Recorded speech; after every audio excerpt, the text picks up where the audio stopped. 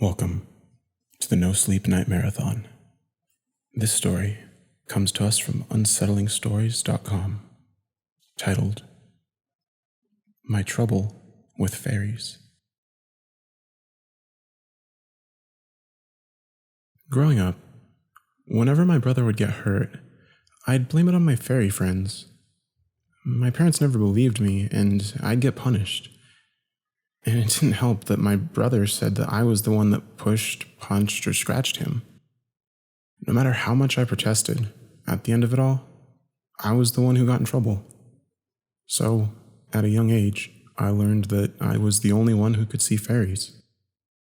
For some time, it was a mixed blessing. Having friends only I could see meant that there wasn't anyone to tell them to leave me alone, or that they had to go home because I needed to go to bed. It was nice to never feel lonely. The issue, unfortunately, was that the fairies were mischievous. They'd rarely listen when I told them to stop doing something. They would just laugh and flit about and continue with their fun. Most of the time it was harmless, albeit obnoxious. They'd flutter their little wings under someone's nose and make them sneeze, or they'd knock someone's elbow against a glass and spill their drink all over the table. That kind of thing. On occasion, however, their activities were more serious, especially when it came to my older brother. The fairies didn't like how Todd would talk to me. I didn't think much of it. I was the younger sister, and he was my bratty teenage brother. I just thought that's how the world worked. The fairies begged to differ, and they wanted to make it known. That's why they'd scratch and hit him. It went on for years, and his treatment of me got worse and worse. On a Saturday morning, when I was in bed being lazy and listening to the rainfall outside, I heard a muffled scream from Todd's room on the other side of the wall. The scream was followed by a retching and gagging, and Todd streaked past my doorway and into the bathroom where he vomited loudly and often. My parents noticed the commotion and came to his aid. Mom's shout was loud enough to cut through the sound of Todd's puking, and Dad swore. That scared me. He never did that.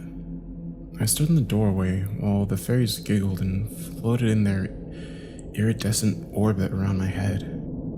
I knew whatever they'd done to my brother had to be worse than the things they'd done in the past. My father stormed from the bathroom and entered Todd's room. He came back a second later with his fist full of something. He stood in front of me, eyes glazed with rage and disgust. "What the hell's wrong with you?" he hissed, and opened his hand. I shrieked with surprise and disgust when I saw what he held. It was the body of a small bird, a sparrow maybe, that was cut up and bleeding.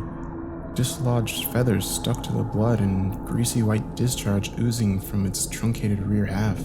"Do you have any idea how sick your brother can get from this?" Dad asked.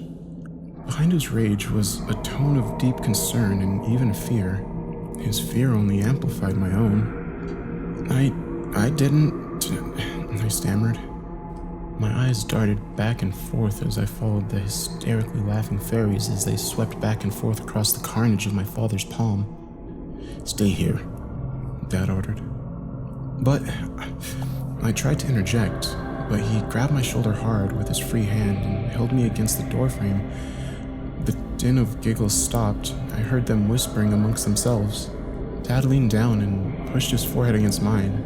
When he spoke, his words were clear and smelled like the coffee he'd been drinking. "You're not to say another word. You're not to leave this room.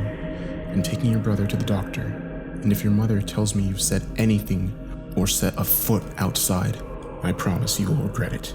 He squeezed my shoulder harder, and I winced and tried to fight back the tears. He stared at me for a full 10 seconds without saying anything, and then he let me go. Dad turned the corner to head downstairs, and I saw what was coming, but was too afraid to speak up.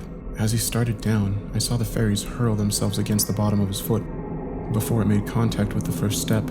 His foot landed awkwardly and his ankle twisted, sending him face first onto the uncarpeted wooden steps. The sound of his face impacting on the stairs seemed louder than anything I'd ever heard.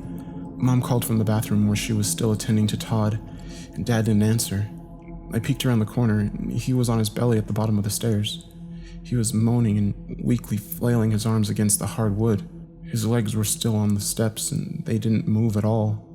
Mom came up and down the hall, glaring at me before turning the corner and seeing her husband. She gasped and rushed to his aid. Not wanting to make them angrier than they already were, I turned back into my room. I winced when I put pressure on my right ankle and limped back to bed, where I sat and stared at the fairies. They were laughing again. They flew like shimmering, animated constellations around my room, weaving in and out of the closets and drawers and galoshes. My ankle throbbed. The fairies formed a line in the air and held the formation for a moment. Then they made a beeline for the dusty corner behind my dresser. And they burst into peals of uproarious laughter and blinked out of view. As the faint sound of sirens in the distance entered my ears, I gingerly walked to where the fairies had gone. I noticed a tiny feather, and then another, and another. When I reached the dresser and peered behind it, there was a clump of feathers and some blood right next to a small knife from our kitchen. I felt a pang of confusion, disconnected recognition, but was shocked back to my senses by a fresh wave of pain from my foot and ankle. I sat on the floor with my back against the dresser. I pulled up the leg of my pajama pants and examined my ankle. It was swollen and red. The top of my foot hurt too, and I drew my knee to my chest so I could get a closer look. Again, I felt confused and out of place. The sirens were loud and close, but I wasn't paying attention to them anymore. I looked around for my fairy friends, but they were nowhere to be seen. For the first time, when I desperately needed to ask them a question, they were gone. My confusion grew teeth and fear pricked the skin of the back of my neck. My ankle hurt, but that wasn't what was scaring me. It was my foot, because even though I watched the fairies trip my dad, for some reason, the imprint of his work boot was etched in the skin of my foot, and my heel was stippled with tiny handprints.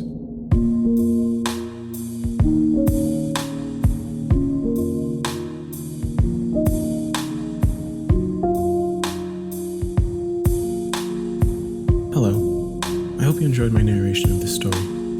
I will be linking to the author's Facebook as well as their website if you'd like to check out more of their stories. And if you like my videos, be sure to like and subscribe so that I can spend more time doing narrations and creating music for you.